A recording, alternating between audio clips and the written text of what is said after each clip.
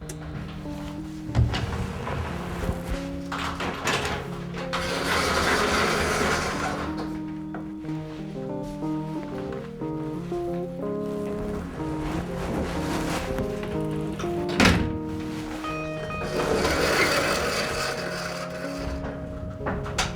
name is Cody Hudson.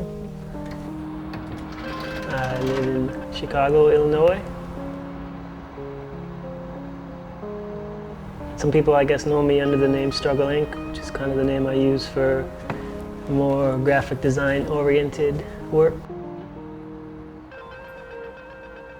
Well, I wanted to go to school for art, and I kind of researched it, and I was like, oh wait, that costs like a lot of money. And I was like, oh shit, I don't have that kind of money. And I started working at an animation house. And one of the girls I was working with, she's like, oh, you know, you like drawing and all this stuff. She's like, you know, why don't you go to school for like graphic design? I didn't even know what that was at the time. I was like, what's that mean? She's like, you know, it's like making zines and stuff, but like, you know, you get paid to do it. I was like, oh wow, for real? Went to like a technical college in Milwaukee. It wasn't a very good school, but I learned enough to like get out of school, and then, you know, I got a computer and I started really kind of like researching it and working on my own style. And it slowly, people actually started seeing this stuff, and I actually started getting work.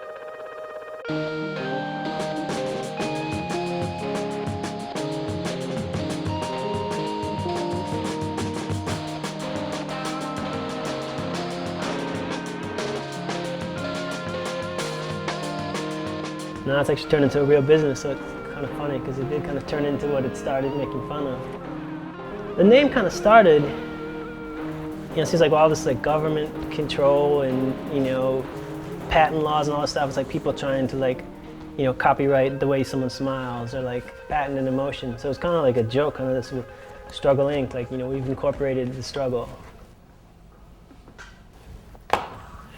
Records and record covers from the last few years. Most of the stuff I do, I mean, is music that I like, so it all kind of works out. Sometimes I'll try to take something from a song. Other times, you know, we'll just have a photo that kind of sparks something. You know, other times I'll have something to start with. This one's probably my favorite, I think, at least from the last couple of years. You know, this one in particular was, I felt like the artwork I was making for it felt to me like the music sounded. This one's fun too, because I actually got to do some drawing for once. Yeah, well, I can't draw. All my drawings are pretty much like doodles. I can't just like, oh, I'm gonna realistically draw like a ship in a bottle, and then I'm gonna do these doodles because they're cool. Like, it's not a style by choice. It's the only way I know how to draw, so, you know, I'm kind of stuck with it.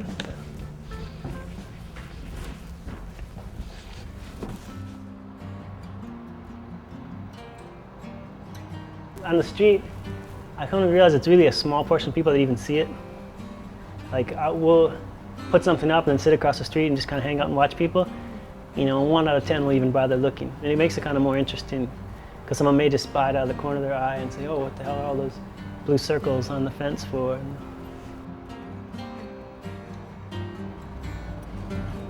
This friend of mine, Juan Chavez, was doing a lot of like found object type of installation. He'd find a bunch of stuff and then he'd go reassemble it, you know, on a wall. We were always really kind of inspired by the stuff he was doing. And we would hang out a lot and stuff, but we never really worked together. And then recently, kind of through him, Mike Genovese and Chris Silva, I've been kind of going out and, you know, just putting up tons of stuff, like finding a bunch of objects, put it all together, paint on it, and reassemble it on the street.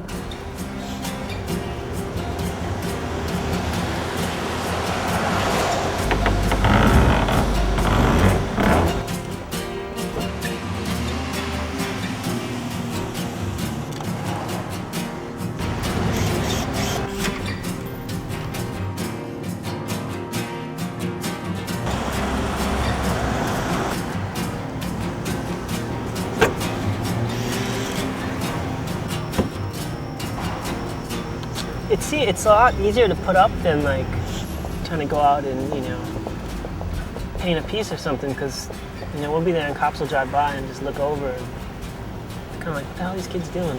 So I don't even know what it's considered. I guess it's a sculpture, but it's also half the time a painting. This could even be a mural, it could be a mosaic. Coming from a conventional graffiti artist background, as we do, it gets kind of frustrating if you are going to put any amount of time in any piece of art on the street, because the city is really serious about getting rid of it. So it can be a little demoralizing, if you're really trying to approach street art from more of an artistic side. It makes you a lot less likely to want to put a lot of amount of time into something. And this kind of blurs the line between graffiti and, people don't really know what to think about it. A lot of times you'll see where graffiti is put up next to it, and that's buffed out with the brown paint, but they leave the stuff we put up because, I don't know, I guess I'd like to hear the conversations, where the workers are actually making those decisions. It might be kind of funny. What deserves the buff? Yeah, I don't know, this is pretty cool, Bob, leave it. People don't know what the hell we're doing. They think we're legit. Like, oh, these guys must be doing something okay, because first of all, they're old. Second of all, they got tools and ladders. They look like they're out here doing something. We're not hitting the fronts of commercial buildings that are nice. We're going to run down spots that could use a little something. It's pretty much alleys, everything. Sometimes we'll go find some old buildings, then condemn, kind of, go through those a little bit, see what we can find.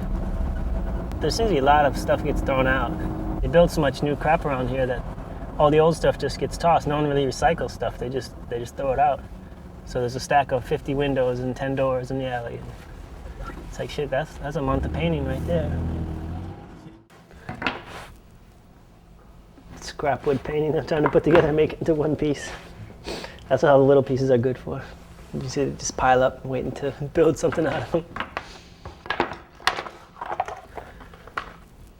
Oh, I found him in the garbage. The Omnibot 2000. Is that how much broke from now?